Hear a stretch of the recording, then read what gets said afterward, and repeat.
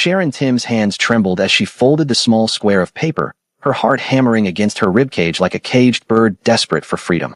The fluorescent lights of the Daily Grind cafe buzzed overhead, casting harsh shadows across the polished counter where she stood. Her dark fingers pressed the note flat one final time before she slipped it beneath the ceramic saucer of the Americano she'd just prepared. The coffee was black, no sugar, no cream, exactly how the young Korean man at table 7 always ordered it. Exactly how he'd ordered it every Tuesday and Friday for the past 3 months. She lifted the cup and saucer with both hands, steadying her breath as she wove between the scattered tables of the small Seattle cafe. Rain pelted against the windows, drowning out the soft jazz that played through the speakers. It was 9:47 p.m., and the cafe was nearly empty except for an elderly couple in the corner and him. Always him. Jae-hyun. Sharon had learned his name 2 weeks ago when his credit card transaction failed, and he'd paid cash instead. The name on the declined card had read Jae-hyun Park, and something about the way his jaw had tightened when she'd seen it told her she shouldn't have looked. Shouldn't have remembered. But she did. She always did. It was both her greatest strength and her most dangerous weakness. "You're Americano," Sharon said softly, setting the cup down before him. Her Nigerian accent, usually melodic and warm, came out strangled and thin. Jae-hyun didn't look up from his laptop immediately. His fingers continued their rapid dance across the keyboard, the blue light washing over his angular features. He was young, maybe 28 or 29, with sharp cheekbones and eyes that held the kind of coldness Sharon had only seen once before, back in Lagos, in the eyes of men who made people disappear. His black hair was styled back, not a strand out of place despite the late hour. He wore an expensive charcoal suit that probably cost more than Sharon made in 3 months. "Thank you," he said, his voice smooth and accented, still not looking at her. Sharon's heart seized. This was it. The moment that would either save her life or end it. She turned to walk away, her worn sneakers squeaking slightly against the tiled floor. She'd made it 3 steps when she heard it, the soft scrape of ceramic against wood. He was reaching for the cup. Would he notice the note? Would he read it? Would he care? Behind the counter, Sharon busied herself with wiping down the espresso machine, but her eyes kept darting to the security mirror angled above the pastry display. In its curved reflection, she watched Jae-hyun lift the saucer, watched his hand pause, watched him pick up the folded paper with 2 fingers as if it might burn him. The seconds stretched into hours. Sharon's throat went dry. The elderly couple laughed about something, the sound jarring and out of place. The rain grew heavier, drumming an anxious rhythm against the glass. Jae-hyun unfolded the note. Sharon had written only 7 words, but those 7 words contained everything. Asterisk, they're coming for you. Tonight. Back exit. Asterisk. She watched in the mirror as his expression remained perfectly neutral, perfectly controlled. He read the note once, then again. Then he did something that made Sharon's blood run cold. He looked directly at the security mirror, directly at her reflection, and their eyes met. His were black, fathomless, and in them, Sharon saw recognition. Not of her face, but of her fear. He knew she knew something. And now he knew that she knew about the danger. The cafe door chimed, and 2 men walked in. Sharon's stomach dropped to her feet. They were white, both wearing dark jackets despite the summer rain, both moving with the predatory grace of men trained to hurt people. One had a tattoo creeping up his neck, serpentine and violent. The other had a scar bisecting his left eyebrow. They didn't look at the menu board. They didn't approach the counter. They scanned the room with professional efficiency, and when they spotted Jae-hyun, their bodies shifted almost imperceptibly, like wolves who'd caught the scent of prey. Sharon dropped the rag she'd been holding. The soft thud seemed to echo in her ears. Jae-hyun closed his laptop with a quiet click, his movements unhurried, as if he had all the time in the world. He slipped the note into his jacket pocket and stood, smoothing down his suit jacket with hands that didn't shake. Not even a little. "Excuse me," Jae-hyun said, his voice carrying across the cafe to the 2 men. "I need to use the restroom." The men exchanged glances. The one with the neck tattoo nodded toward the back hallway, a silent permission that made Sharon's skin crawl. They thought they had time. Thought they had him trapped. The restrooms were in the back, down a narrow hallway with no windows and only one exit, back into the cafe proper. It was a dead end. Or so they thought. Sharon's mouth went dry as Jae-hyun walked past her, heading toward the hallway. He didn't look at her, didn't acknowledge her presence. But as he passed, she caught the faintest scent of his cologne, something expensive and dark, mixed with the sharper smell of danger. Have you ever kept a secret that could get you killed? Drop a comment below and subscribe because this story is about to get insane. Hit that like button if you're already hooked. The 2 men waited exactly 30 seconds before one of them stood and followed Jae-hyun toward the restrooms. The other remained seated, positioned to watch both the front door and the hallway. They were professionals. This wasn't their first time. Sharon's hands gripped the edge of the counter so tightly her knuckles went ashen beneath her brown skin. Every instinct screamed at her to stay silent, to mind her business, to pretend she was just a barista serving coffee to strangers whose lives didn't concern her. That's what her mother would have told her. That's what any sane person would do.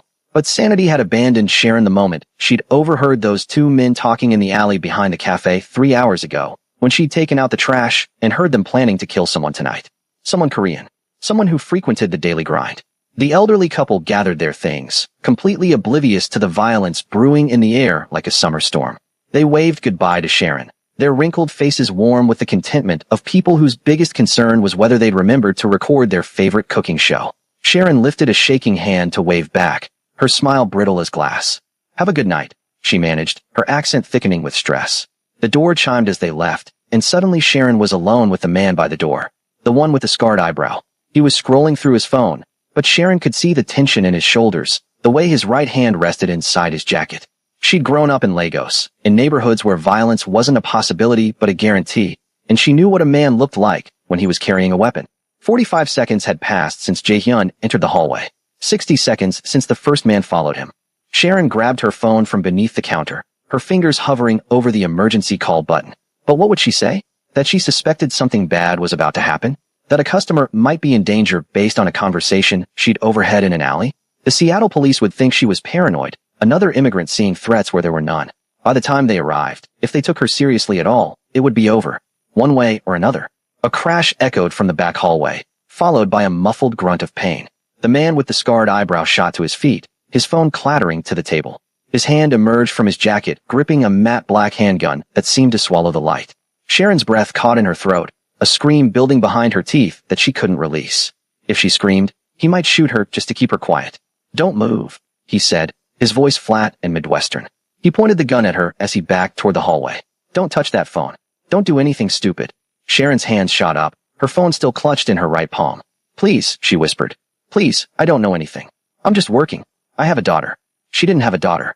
She didn't have anyone in this country except her cousin in Portland and a handful of fellow Nigerian immigrants she'd met at church. But men like this, men with guns and cold eyes, sometimes they responded to the image of children. Sometimes the idea of making an orphan gave them pause. "Then stay quiet and you'll see her again," he said, already moving down the hallway, the gun now pointed away from her. The moment he disappeared around the corner, Sharon's survival instinct kicked into overdrive. She couldn't call the police, couldn't save Jae-hyun, couldn't save anyone, but she could run. She could grab her purse from the back office, slip out the front door, and disappear into the rainy Seattle night. She could pretend she'd never worked tonight, never seen anything, never written that note. But her feet didn't move toward the door. Instead, they carried her toward the back hallway, toward the sounds of struggle that had gone eerily quiet. What was she doing? This was insanity. This was how people died, sticking their noses into business that would get them killed. Sharon reached the corner where the hallway branched, one direction leading to the restrooms, the other to the back exit that opened into the alley. The back exit she'd mentioned in her note. The same alley where she'd heard the men planning their attack. She pressed herself against the wall, her breathing so loud in her ears she was certain everyone could hear it. Voices drifted from around the corner, tense and angry. "Where is he?" The scarred man's voice, tight with fury. "I don't know. He was right here." The other man, the one with the neck tattoo, sounded panicked. "He went into the bathroom. I followed him in, and he was gone. Just fucking gone. There's no window in there. It's too small. No one could fit through it. Then where the hell is he?" Sharon's mind raced. Jae-hyun had escaped. Somehow, impossibly, he'd gotten past them. Relief flooded through her, sweet and dizzying. He was safe. She'd warned him, and he'd gotten away, and now she could pretend none of this had happened. "The girl," the scarred man said suddenly. "The barista. She might know something." Sharon's relief evaporated, replaced by pure, liquid terror. Her muscles locked. She couldn't breathe, couldn't think. They were coming for her. They were going to ask her questions, and when she couldn't answer, when they realized she'd helped Jae-hyun escape, they were going to kill her. Footsteps. Coming closer. Heavy boots against tile. Sharon turned to run, but before she could take a single step, a hand clamped over her mouth from behind, yanking her backward into the darkness of the storage room. She tried to scream, tried to fight, but the hand was iron, unyielding, and a voice whispered in her ear, low and accented and somehow familiar. "Don't move. Jae-hyun. What would you do if a stranger dragged you into darkness while armed men hunted you both?" Comment below and smash that subscribe button because this is just the beginning. Sharon's body went rigid against Jae-hyun's chest, her heart pounding so violently she thought her ribs might crack. His hand remained firmly over her mouth, his other arm wrapped around her waist, holding her in place with a strength that told her struggling would be pointless. She could feel the hardness of something metallic pressed against her lower back, a gun, and the realization that she was trapped between three armed men made her knees weak. The storage room was cramped and dark, smelling of coffee beans and cardboard. Through the crack in the door, Sharon could see shadows moving in the hallway, the two men searching, their footsteps growing louder. She was just here, the scarred man growled. Find her. Jae-hyun's breath was warm against Sharon's ear, controlled and steady despite the chaos. His body was coiled like a spring, ready to explode into violence at any moment. Sharon could feel it in the way his muscles tensed, in the calculated stillness that came before a strike. She'd seen men like this in Lagos, soldiers and criminals who'd learned to turn their bodies into weapons. If I remove my hand, will you stay quiet? Jae-hyun whispered, his lips barely moving. Sharon nodded frantically, tears streaming down her face. She wanted to scream that this wasn't her fight, that she was just a barista trying to survive in a foreign country, that she'd come to America for safety, not to be caught in whatever deadly game these men were playing. But she knew screaming would only get her killed faster. Jae-hyun slowly lifted his hand from her mouth, though his arm remained around her waist. Sharon sucked in a shaky breath, tasting fear and coffee on her tongue. Why did you warn me? He asked, his voice barely audible over the sound of the men ransacking the cafe outside. I heard them, Sharon whispered back, her accent thick with terror. Earlier tonight, in the alley, they were talking about killing someone. A Korean man who comes here regularly. I didn't know what else to do. A crash echoed from the cafe as something fell and shattered. The men were destroying the place, looking for any sign of where they'd gone. Sharon thought of the security cameras, the footage that would show her passing Jae-hyun the note. If those men found it, they'd know she'd helped him. They'd hunt her down. You should have minded your business, Jae-hyun said. But there was something in his tone that wasn't quite anger. Curiosity, maybe. Or respect. Now they know you're involved. I know, Sharon choked out. I know that now. I just thought I was doing the right thing. I thought you'd read the note and leave before they got here. I would have. But then you'd be alone with them. And they would have questioned you. His grip on her waist loosened slightly. They would have hurt you to find out what you know. The revelation hit Sharon like a physical blow. He'd stayed. Jae-hyun had stayed in the cafe knowing assassins were coming for him, because leaving would have put her in danger. What kind of man did that? What kind of criminal? Because that's what he had to be, valued a stranger's life over his own safety. We need to move, Jae-hyun said, his tone shifting to something harder, more commanding. In approximately 30 seconds, they're going to check this storage room. When they do, I need you to do exactly what I say. No questions. No hesitation. Your life depends on it. Sharon's whole body trembled. What are you going to do? Whatever I have to. He released her and moved to the door, pressing his eye to the crack. In the dim light filtering through, Sharon could see his profile, the sharp angles of his face set in concentration. He was younger than she'd thought, mid-20s perhaps, but his eyes held the weariness of someone who'd lived a dozen lifetimes of violence. Are you going to kill them? Sharon asked, her voice cracking. Does it matter? Yes, it matters to me. Jae-hyun turned to look at her, and even in the darkness, Sharon could see the coldness in his gaze, the absolute zero of a man who'd made peace with terrible necessities. Then pray I don't have to. Footsteps approached the storage room door. Sharon's breath stopped entirely. She could see the door handle beginning to turn, could see Jae-hyun's hand moving to the gun at his back, could see her entire life narrowing to this single moment where everything could end. The door flew open. Jae-hyun moved like lightning. He grabbed the man with the neck tattoo by the wrist, twisting it with a sickening crack that made Sharon bite down on her scream. The gun the man had been holding clattered to the floor. Jae-hyun spun him around, using his body as a shield as the scarred man appeared in the doorway, his weapon raised. Don't move, the scarred man shouted, or I'll shoot through him. No, you won't, Jae-hyun said calmly, his arm locked around the tattooed man's throat. He's your partner. You've worked together for years. You won't risk killing him. The scarred man's jaw clenched. You don't know that. I know everything about you, Marcus Webb. Former Army Ranger, dishonorably discharged in 2019 for selling weapons to a cartel in Tijuana. You have a daughter in Phoenix named Emma. She's 7. You send her money every month. Jae-hyun's voice was utterly devoid of emotion, reciting facts like he was reading a grocery list. And I know your partner there, Travis Chun, is your wife's brother. Family. You won't kill family. Marcus's face went pale. How do you know all that? Because knowing things is how I stay alive. Jae-hyun's eyes flicked to Sharon, still pressed against the back wall of the storage room. Put the gun down, Marcus. Walk away. Forget you ever came here. Tell whoever sent you that I was already gone when you arrived. Would you trust a stranger who knows everything about your enemies? Hit that like button and subscribe to see how this deadly standoff ends. Marcus didn't lower his gun. His hand remained steady, the barrel pointed directly at his partner's head, at Jae-hyun behind him. weighing the mathematics of murder against loyalty. Sharon watched the calculation happen in his eyes, watched the moment when desperation overrode reason. "I can't do that," Marcus said, his voice strained. "The people who sent us don't accept failure. If I walk away, they'll kill me. They'll kill Travis. They'll go after Emma." Jae-hyun's expression didn't change, but Sharon saw his grip tighten on Travis's throat, saw Travis's face beginning to purple from the pressure.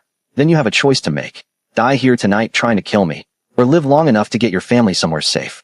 "There's nowhere safe from them," Marcus said, but his gun hand wavered, dropping an inch. "There is from me." Jae-hyun's voice dropped to something deadly and quiet, something that made the temperature in the small storage room plummet. "I can make the people who sent you disappear. I can erase the threat. But not if you force my hand here. Not if you make me kill you both." Sharon's mind reeled. Who was this man? What kind of power did he have to make promises like that? She'd thought he was just another criminal, maybe a drug dealer or a gang member, but the way he spoke, the certainty in his voice, suggested something far more dangerous. Something organized. Something with resources that extended beyond Seattle's rain-soaked streets. Travis wheezed against Jae-hyun's arm, his face now a deep crimson. "Marcus," he gasped. "Marcus, please." The gun trembled in Marcus's hand. Sharon could see the war happening behind his eyes. Years of training and violence fighting against the basic human instinct to save someone you loved. She held her breath, pressed against the shelves of coffee supplies, wondering if this cramped storage room would be the last place she ever saw. "Let him go," Marcus finally said, lowering his weapon. "Let Travis go and we'll talk." "No talking," Jae-hyun replied. "You leave. Now. You tell your employers I wasn't here.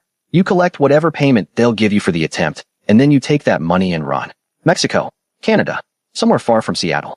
You have 48 hours before I make my move against them. If you're still in the city when that happens, you'll die with them." Marcus stared at Jae-hyun for a long moment, and Sharon saw something shift in his expression. Recognition, maybe, or fear. The kind of fear that came from finally understanding exactly who you were dealing with. "You're him," Marcus whispered. "You're the ghost of Busan." The nickname hung in the air like smoke. Sharon didn't know what it meant, but she felt its weight, felt the way Jae-hyun's body went perfectly still at the words. "I don't know what you're talking about," Jae-hyun said evenly. "Yes, you do." Marcus's face had gone ashen. "Jesus Christ, they sent us after you without telling us who you really were. They sent us to die." "They did," Jae-hyun agreed. "But I'm giving you a chance they wouldn't. Take it." Marcus nodded slowly, carefully setting his gun on the floor and kicking it across the storage room toward Jae-hyun. Okay, we're leaving. Just let Travis go." Jae-hyun released his hold, and Travis collapsed to his knees, gasping and coughing, his hands clutching his bruised throat. Marcus moved forward, helping his brother-in-law to his feet, his eyes never leaving Jae-hyun's face. "Who do we tell them sent us running?" Marcus asked. "Tell them the truth. Tell them the ghost killed you, but you came back to deliver the message." Jae-hyun's smile was cold and sharp as a knife's edge. "Tell them Seoul sends its regards." The two men stumbled out of the storage room, Marcus half-carrying Travis, moving with the desperate speed of people who'd just glimpsed their own deaths and been granted an unexpected reprieve. Sharon listened to their footsteps retreating through the cafe, heard the chime of the front door, heard the rain swallow their escape into the Seattle night. Silence fell over the storage room like a burial shroud. Sharon's legs finally gave out, and she slid down the wall to sit on the cold floor, her entire body shaking with aftershocks of adrenaline. She'd just witnessed something impossible, something that made no sense in the safe, ordinary world she'd tried to build for herself in America. Men with guns. Assassins. And Jae-hyun, this young Korean man who drank Americanos and worked on his laptop, who apparently had a reputation terrifying enough to send trained killers running. "Who are you?" Sharon asked, her voice small and broken. Jae-hyun picked up Marcus's discarded gun, checking the magazine with practiced efficiency before tucking it into his waistband. "Someone you should forget you ever met." "That's not an answer. It's the only answer that keeps you alive." He turned to face her, and in the dim light, Sharon could see something almost like regret in his expression. "You saved my life tonight. That note gave me time to prepare, to position myself. Without it, they would have caught me off guard, and I'd be dead." "And now?" Sharon asked. "What happens now?" "Now you go home. You tell no one what happened here tonight. Not the police. Not your friends. No one." Jae-hyun crouched down to her level, his dark eyes searching her face. "Can you do that?" Sharon thought about her studio apartment in Capitol Hill, about her job at the cafe that probably wouldn't survive the damage Marcus and Travis had caused while searching for them. She thought about her mother back in Lagos who called every Sunday asking when Sharon would visit, who had no idea her daughter had just been caught in the crossfire of something deadly and foreign. "I don't have a choice, do I?" Sharon said bitterly. "Everyone has a choice." Jae-hyun stood, extending his hand to help her up. "But some choices are easier to live with than others." Have you ever helped someone and immediately regretted it? Drop a comment and subscribe because Sharon's night is far from over. Sharon took his hand, his grip firm and surprisingly warm. He pulled her to her feet with effortless strength, and for a moment they stood face to face in the cramped storage room. Two people from different worlds bound together by violence and circumstance. Sharon pulled her hand away quickly, wrapping her arms around herself. I need to call my manager, she said, her voice shaking. The cafe is destroyed. The cameras caught everything. I can't just disappear.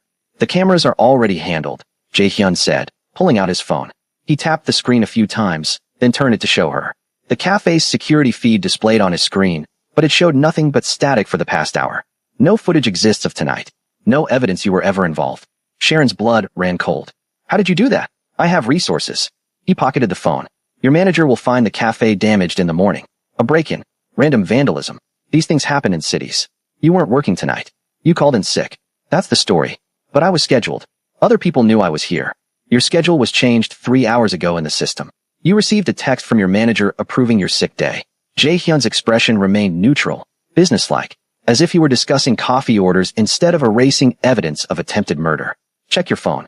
With trembling fingers, Sharon pulled her phone from her apron pocket. There, in her messages, was a text thread she didn't remember having. Her manager's name, a message from Sharon claiming she felt ill, a response granting her the night off. The timestamps were perfect. The language matched how she usually texted. It was impossible, and yet there it was, digital proof of a reality that hadn't existed an hour ago. This is insane, Sharon whispered. You can't just rewrite what happened. I didn't rewrite anything. I simply created a better version of events. One where a hard-working Nigerian immigrant wasn't in the wrong place at the wrong time. Jae-hyun moved toward the storage room door, checking the hallway before gesturing for her to follow. One where you go home, sleep, and wake up tomorrow to find out your workplace was vandalized. You'll be upset, concerned, but safe. Sharon didn't move. And what about you? Those men called you the ghost of Busan. They were terrified of you. What does that mean? Jae-hyun's jaw tightened, the first crack in his carefully maintained composure. It means I've done things that earn me a reputation. Things I'm not proud of but won't apologize for. Are you a killer? The question hung between them, heavy and sharp. Jae-hyun turned to face her fully, and Sharon saw something flicker in his eyes, something that might have been pain or might have been nothing at all. I'm a survivor, he said quietly. In my world, those two things are often the same. Your world, Sharon repeated. The Korean Mafia. That's what this is about, isn't it? That's why those men came for you. It's more complicated than that. Then uncomplicated, Sharon demanded, surprised by the strength in her own voice. You owe me that much. I risked my life to warn you. I deserve to know why. Jae-hyun studied her for a long moment, his expression unreadable. Then, unexpectedly, he nodded. You're right. But not here. This place isn't safe anymore. Come with me. Come with you? Are you crazy? Sharon backed away, shaking her head violently. I'm not going anywhere with you. I don't even know you. You know I could have let Marcus and Travis kill you. I could have used you as a distraction and escaped. But I didn't. His voice softened, just slightly. I protected you. And I'm asking you to trust me for one more hour. Let me explain everything. Let me make sure you're truly safe. Then you can walk away and forget this ever happened. Sharon's mind raced through her options. She could refuse, could run out into the rainy Seattle night, and pretend none of this had occurred.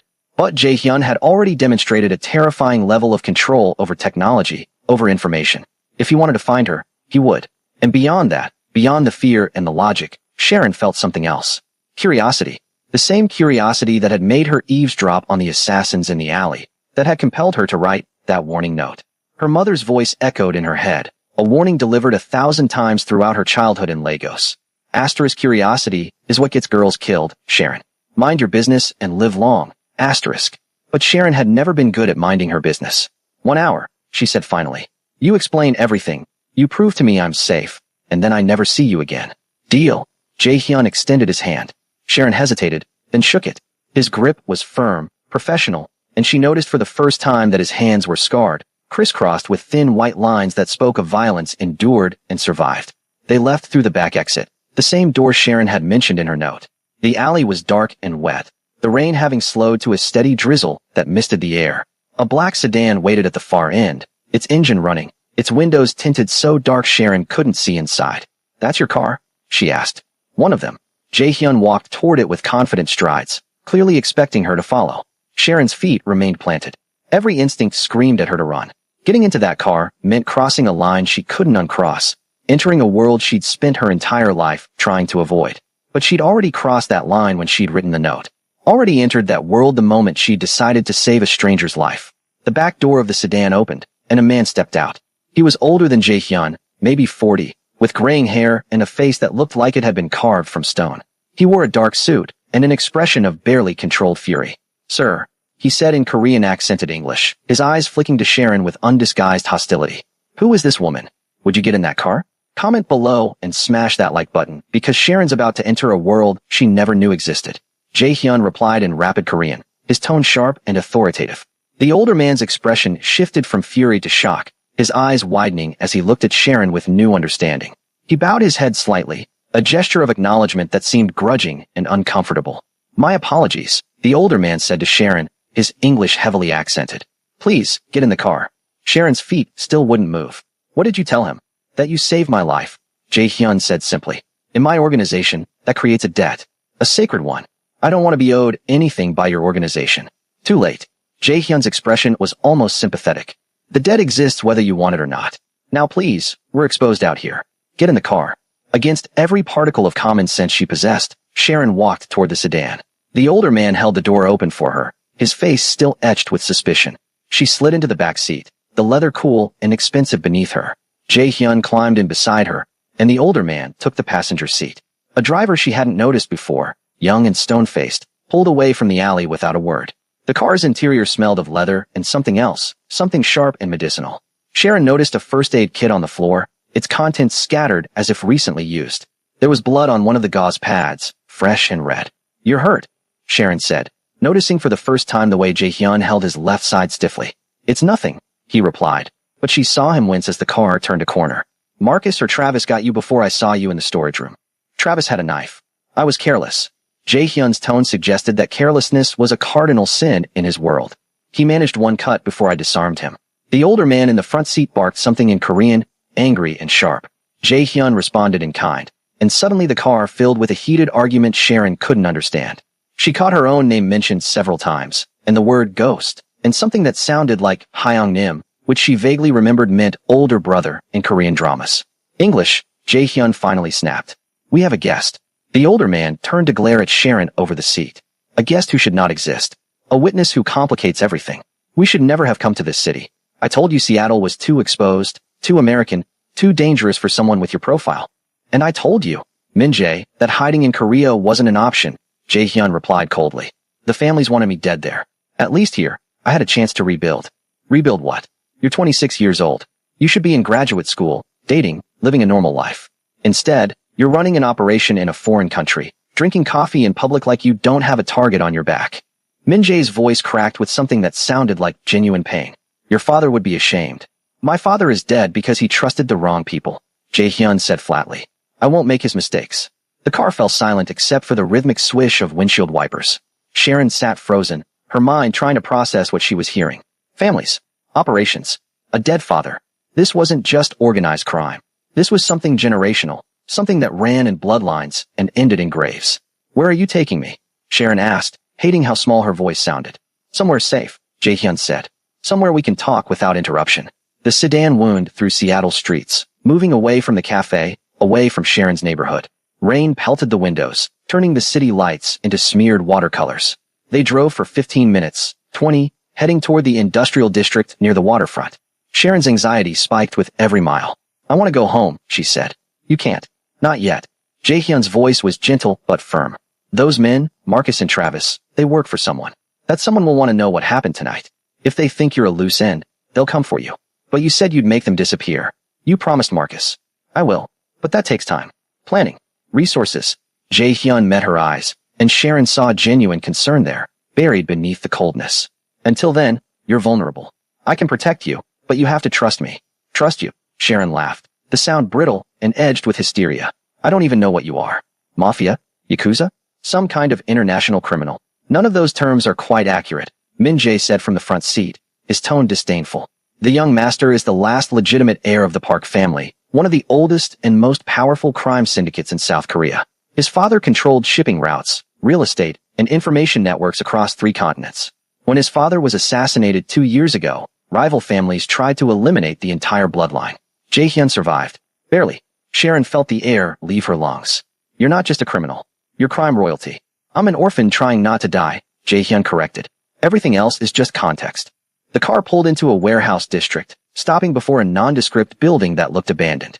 The driver got out and opened a rolling door, revealing a pristine interior that contrasted sharply with the exterior's decay. Fluorescent lights flickered on, illuminating what appeared to be a high-tech operations center.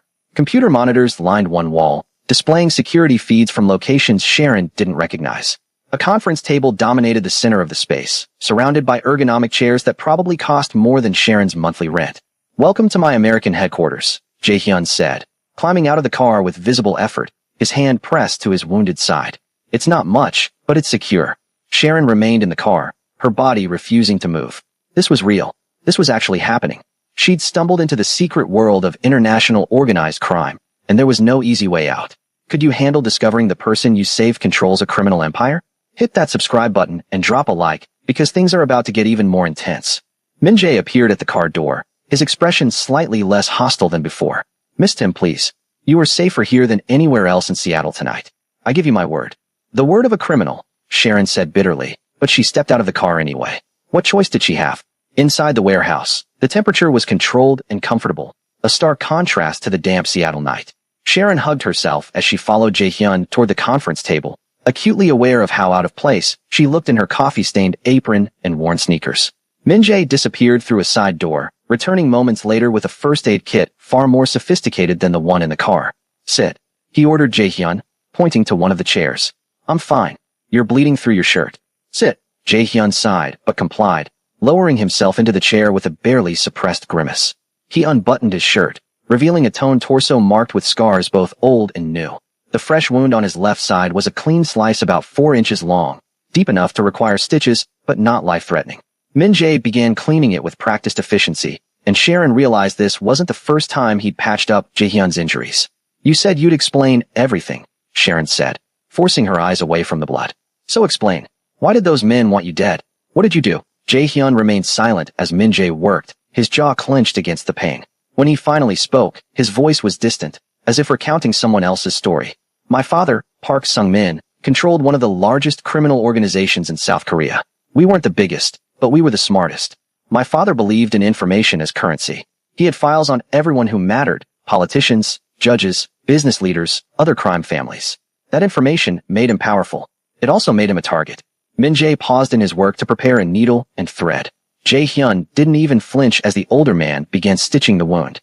2 years ago, 3 rival families formed an alliance. Jae-hyun continued. "They wanted my father's network, his files, his resources. They offered him a partnership. He refused.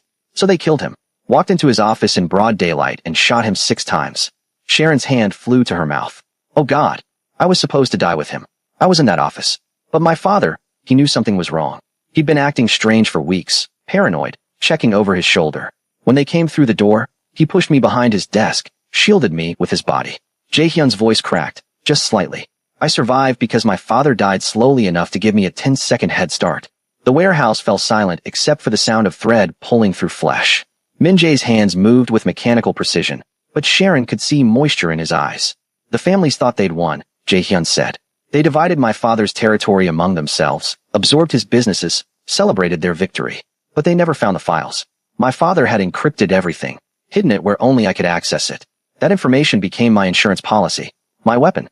"The ghost of Busan," Sharon whispered, connecting the pieces. "You used your father's files to fight back. I used them to survive. Every family member who came for me found their darkest secrets exposed. Politicians who protected my enemies suddenly faced corruption charges with detailed evidence. Business deals collapsed when financial crimes came to light.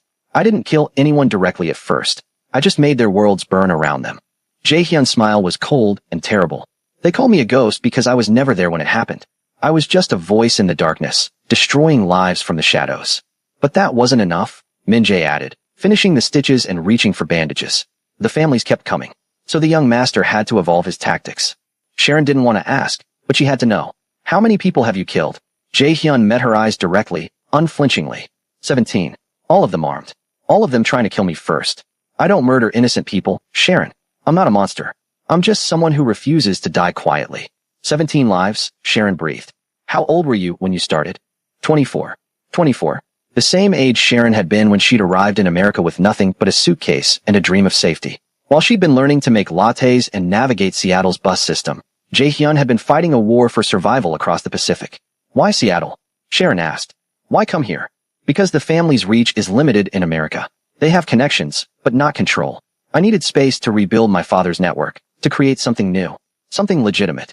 Jae-hyun stood, testing the fresh bandage. I've been using my father's files to build relationships with people who matter, offering information in exchange for protection, for business opportunities. In 2 years, I've established connections with tech companies, shipping firms, real estate developers. All legal, all documented. But the families want you dead before you become too powerful, Sharon said, understanding dawning. Exactly. Tonight's attack wasn't random. It was a message. They know I'm here. They know I'm building something. And they're desperate to stop me before I become untouchable. Jae-hyun walked to one of the computer monitors, tapping a few keys. Images appeared on screen, surveillance photos of Marcus and Travis meeting with other men, timelines, locations. But thanks to your warning, I survived. And now I know who sent them.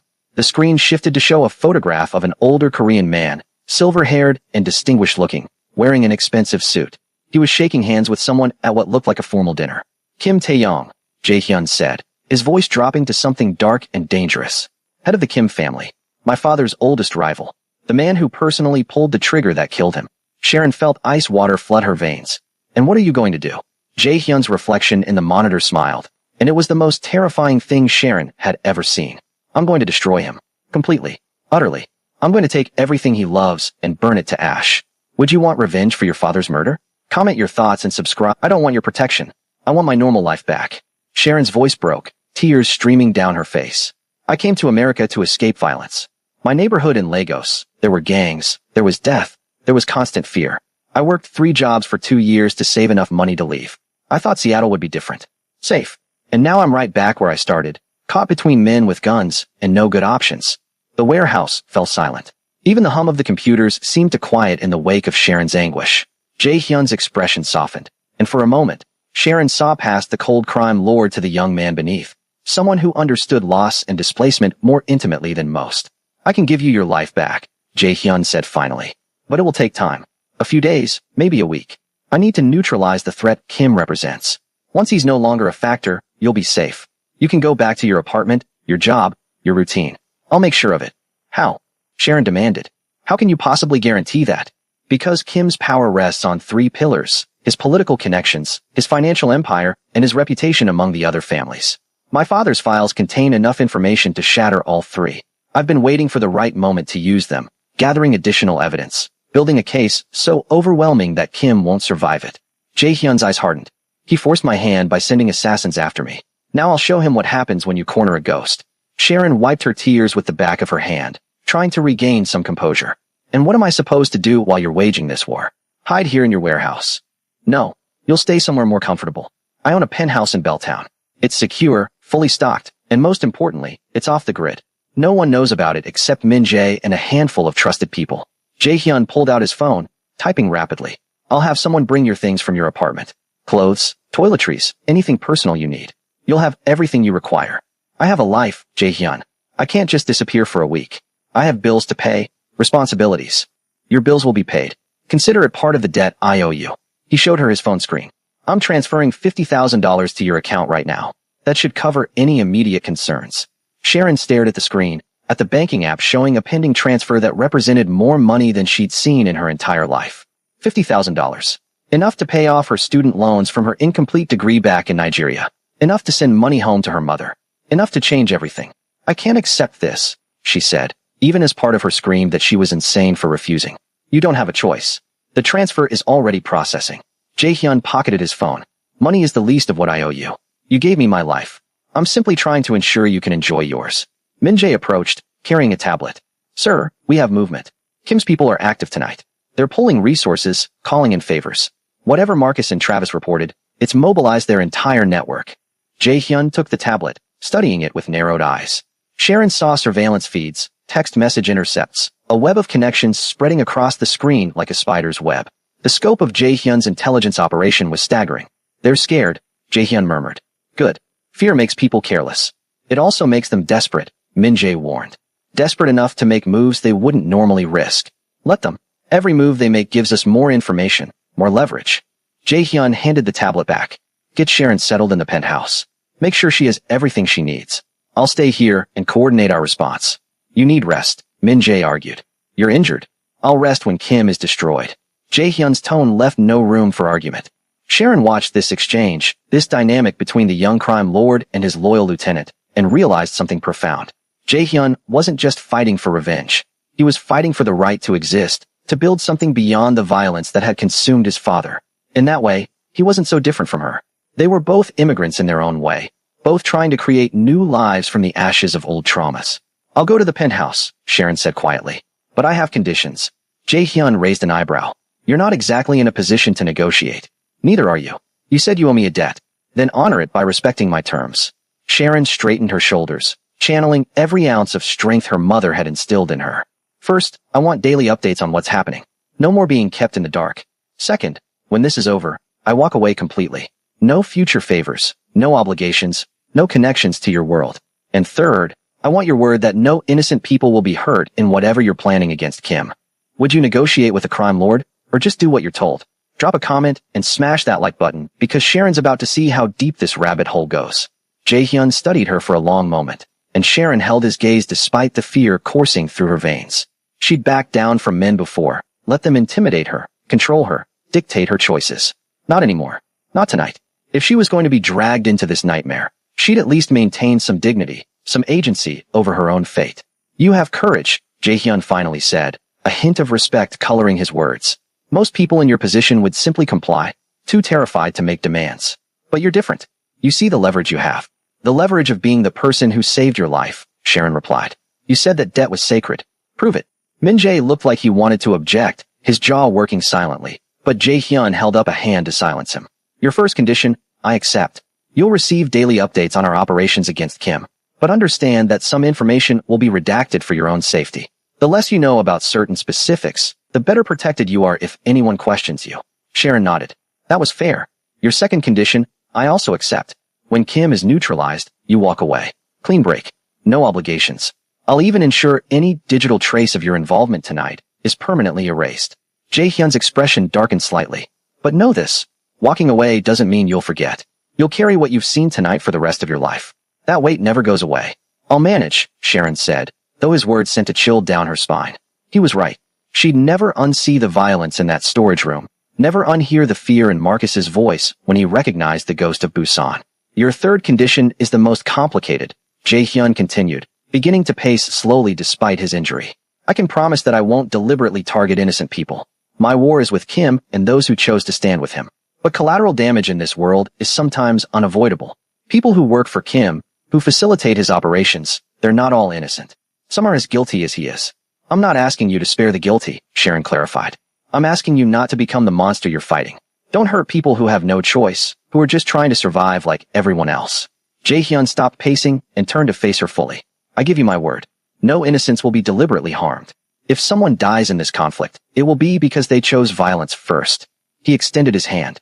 Do we have an agreement? Sharon looked at his outstretched hand, at the scars that marked his knuckles, at the blood still staining the cuff of his shirt. This handshake would bind her to him in ways she couldn't fully comprehend, tie her fate to his war for the next week. But she'd already crossed the point of no return when she'd slipped him that note. Might as well own it. She took his hand. We have an agreement.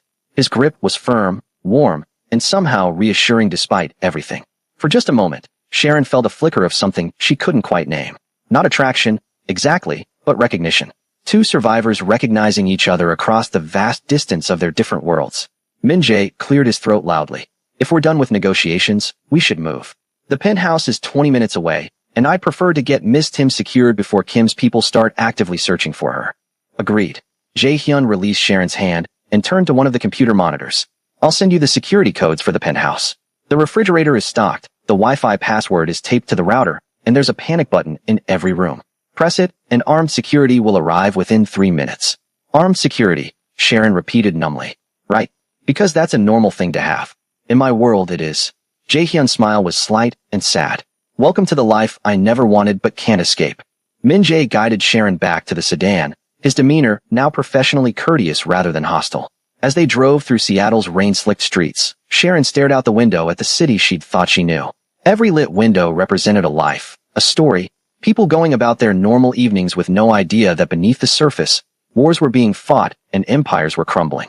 You care about him, Sharon said suddenly, breaking the silence. Min-jae's eyes flicked to her in the rearview mirror. Excuse me. Jae-hyun, you care about him like he's your own son. The older man's jaw tightened.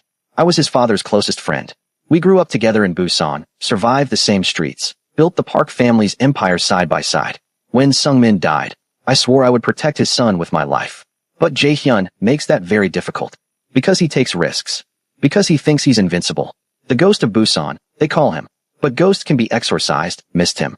And I fear one day someone will find the right ritual. Min-jae's voice was thick with emotion. He's brilliant, ruthless when necessary. But he's also 26 years old and carrying the weight of an entire legacy. That kind of pressure breaks people. Sharon thought about Jae-hyun's eyes, about the exhaustion she'd glimpsed beneath the cold control. He's already breaking, isn't he? We all are, Min-jae said quietly. The question is whether we break before or after we finish what we started. The penthouse was in a gleaming high-rise in Belltown, all glass and steel and obscene wealth. Min-jae escorted Sharon through a private elevator that required both a key card and a fingerprint scan. The doors opened directly into the penthouse, revealing a space that looked like something from an architectural magazine. Floor-to-ceiling windows offered a panoramic view of Elliott Bay and the Seattle skyline. Modern furniture in blacks and grays filled the open-concept living area. Everything was sleek, expensive, and utterly impersonal. The master bedroom is through there, Min-jae said, pointing. Guest room's down that hall. Kitchen is fully stocked. If you need anything, there's a phone on the counter with direct lines to security and to Jae-hyun. Sharon walked to the windows, pressing her palm against the cool glass. From up here, Seattle looked beautiful and peaceful, the rain transforming the city into a watercolor painting. She could see the cafe from here, a tiny dot of light in the distance. Had it really been only 3 hours since she'd slipped Jae-hyun that note? It felt like a lifetime ago. Missed him, Min-jae said from behind her. I misjudged you earlier. I thought you were a complication, a liability. But Jae-hyun is right. You have courage. And courage is a rare commodity in this world. Courage or stupidity, Sharon said, her reflection staring back at her from the glass. I'm not sure there's much difference. There is. Stupid people don't negotiate with crime lords. They just comply. Min-jae moved toward the elevator. Get some rest. Tomorrow, things will move quickly. Kim will respond to tonight's failure, and Jae-hyun will counter. You'll want your strength for what's coming. Min-jae, Sharon called as he reached the elevator. Will he win? Against Kim? The older man was silent for a long moment. I don't know, but I know he'll die trying. And that's what terrifies me most. The elevator doors closed, leaving Sharon alone in the penthouse. She sank onto the leather couch, finally allowing herself to fully process everything that had happened. She'd saved a stranger's life, discovered he was a crime lord, been threatened by assassins, made a deal with the devil, and now she was hiding in a luxury penthouse while a war erupted around her. Her phone buzzed. A text from an unknown number. Thank you. For everything. Sleep well. You're safe now. JH. Sharon stared at the message, at those simple words that carried so much weight. Safe. She wasn't safe. She'd never been less safe in her life. But somehow, knowing Jae-hyun was out there, protecting her as fiercely as he fought his enemies, made the fear a little more bearable. She typed a response. Don't get yourself killed. I didn't save your life just so you could throw it away. 3 dots appeared, indicating he was typing. Then, I'll do my best. Good night, Sharon. Sharon set her phone down and walked to the window again, watching the rain fall on the city below. Tomorrow, Kim would make his move. Jae-hyun would counter. And Sharon would be caught in the middle of a war she never wanted but could no longer escape. But tonight, for just a few hours, she would rest. She would let herself feel safe in this glass tower, protected by a ghost who'd learned to haunt the living. And that's where Sharon's night ends. But her nightmare is just beginning. Did this story keep you on the edge of your seat? Then smash that like button. Drop a comment telling us what you think Sharon should do next.